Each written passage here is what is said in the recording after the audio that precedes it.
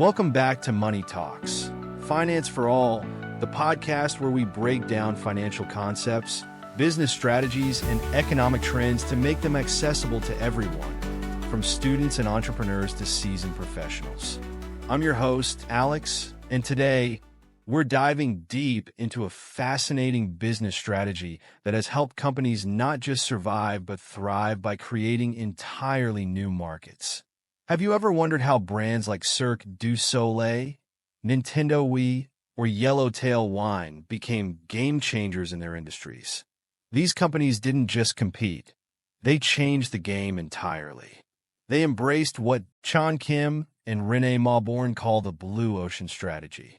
This concept has revolutionized the way businesses think about growth and competition.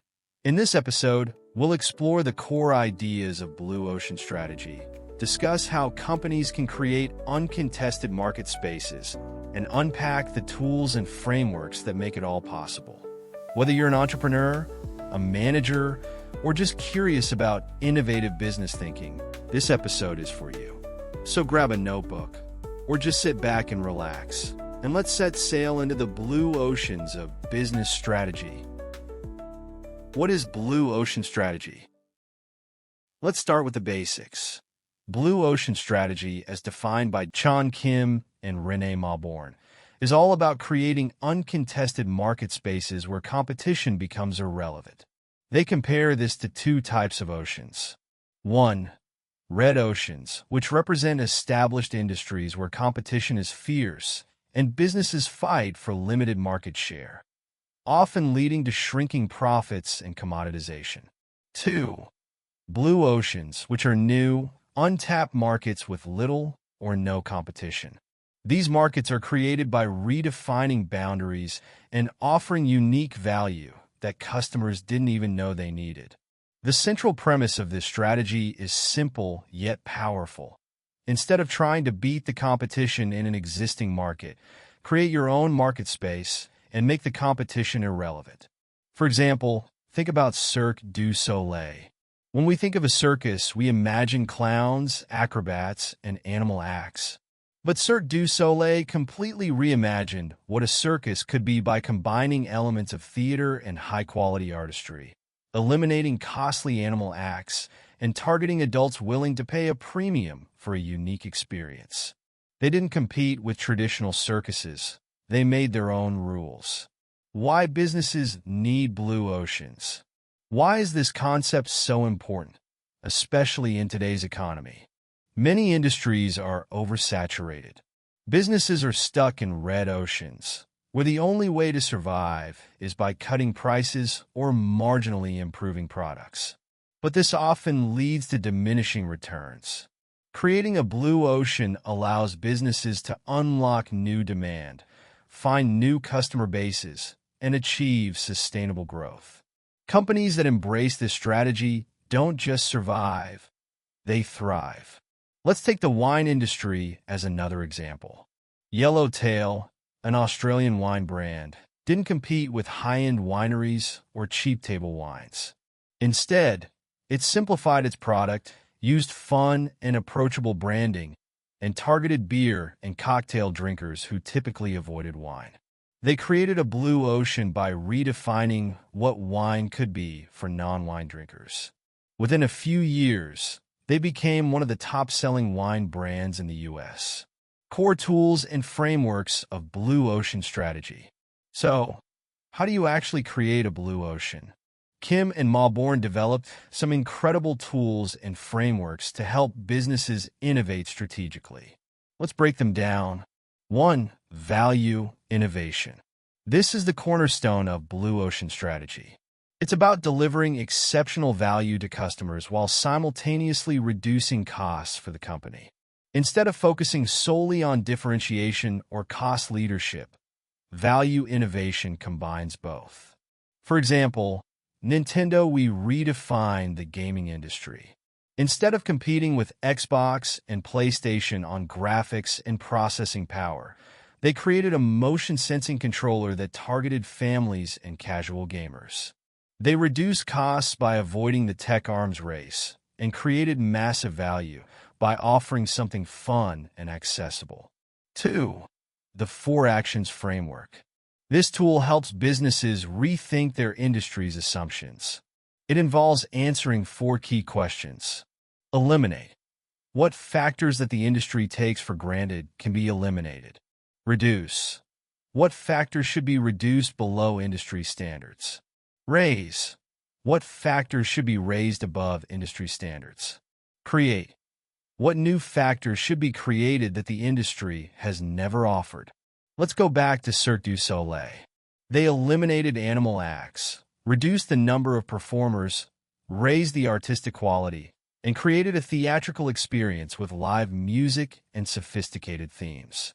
These actions combine to redefine what a circus could be. Steps to create and sustain a blue ocean. Now that we understand the tools, let's talk about the steps involved in creating and sustaining a blue ocean. Step 1. Reconstruct market boundaries. To find blue oceans, you have to look beyond traditional industry boundaries. Kim and Mauborgne suggest using the 6 Paths framework, which encourages businesses to explore alternatives, redefine customer segments, and look across time to spot emerging trends. Step 2. Focus on the big picture. Many businesses get bogged down in numbers and incremental changes. Instead, focus on the big picture by using a strategy canvas, a visual tool that helps you map out your industry and identify areas where you can stand out. Step 3. Reach beyond existing demand. This is all about targeting non-customers. The book identifies 3 tiers of non-customers. 1. Those on the edge of your market. 2. Those who actively avoid your market. 3. Those who have never considered your market. Yellowtail targeted non-wine drinkers. Similarly, IKEA reached beyond traditional furniture buyers by offering affordable, easy-to-assemble furniture for young families and college students. Step 4. Get the strategic sequence right. Your offering needs to pass through a sequence of utility, price, cost, and adoption hurdles. Start by asking, does this product or service offer exceptional utility? If the answer is yes, move on to pricing and ensure it's accessible. Then focus on cost efficiency and adoption by your target audience. Overcoming challenges in shifting to blue oceans. Creating a blue ocean sounds amazing, but it's not without challenges. One of the biggest hurdles is organizational resistance. People are often hesitant to break away from traditional methods or take risks. Kim and Mauborgne emphasize the importance of building trust and commitment within your organization.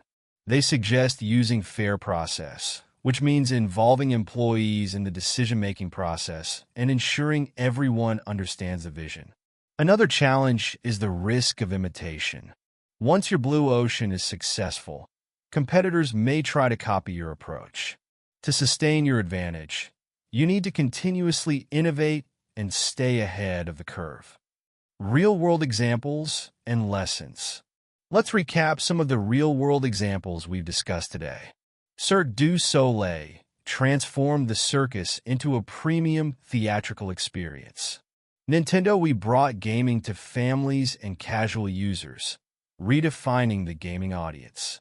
Yellowtail Wine made wine fun and accessible for non-wine drinkers. Each of these companies followed the principles of Blue Ocean strategy.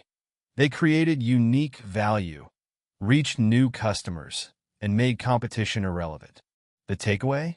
Innovation doesn't always mean inventing something brand new. Sometimes it's about reimagining what's already there and asking, how can I do this differently? As we wrap up this episode of Money Talks, Finance for All, I want you to think about your own field or industry. Are you stuck in a red ocean, competing for scraps?